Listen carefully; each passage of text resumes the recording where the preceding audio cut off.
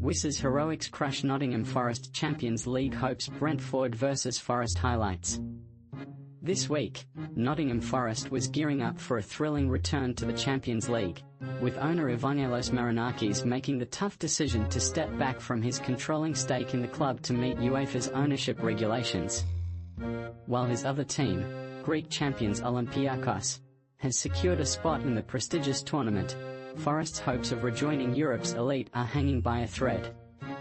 As they reflect on this painful home defeat to Brentford, one has to wonder, will this be a pivotal moment they regret when the season wraps up against Chelsea? Facing a challenging schedule ahead with matches against Crystal Palace, Leicester, and West Ham before that crucial final showdown with Chelsea, Forest struggled to find their rhythm on a night that left fans disappointed. Goals from Kevin Schade and Yoane Wissa, who was a target for Forest back in January, sealed the deal, marking the first time since last season that the hosts have suffered consecutive league defeats at home. With 4 losses in their last 5 matches across all competitions, including a heart-wrenching FA Cup semi-final defeat last weekend, the pressure is mounting on manager Nuno Espírito Santo to rally his disheartened squad. The stakes are high, and the team must remember how far they've come.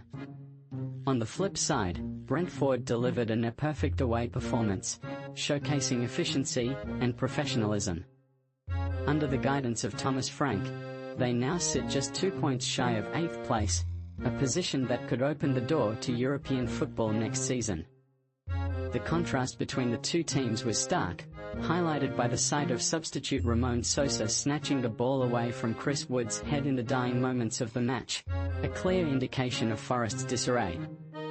How would Forest bounce back from their Wembley defeat? "You grieve, and then you react," Nuno had said, but this match only added to their woes. Schade and Wissa capitalized on uncharacteristic defensive errors from the returning Ola Aina and Nikola Milenkovic, each finding the net in their respective halves. Aina's return after a month on the sidelines was supposed to bolster the defense, but instead, it highlighted the team's vulnerabilities.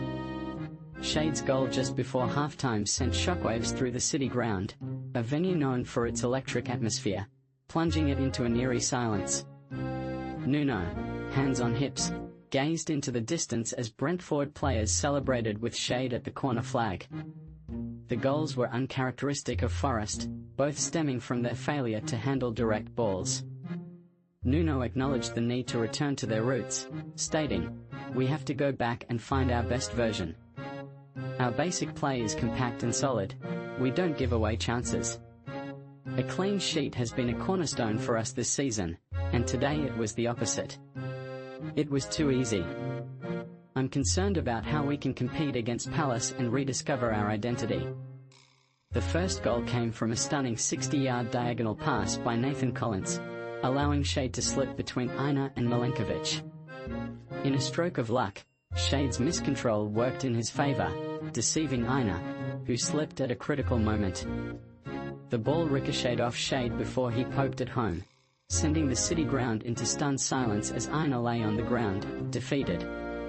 Forest had moments of promise, with Aina putting Keane Lewis-Potter in a precarious position after an early foul on Elanga, leading to Rico Henry replacing him at halftime.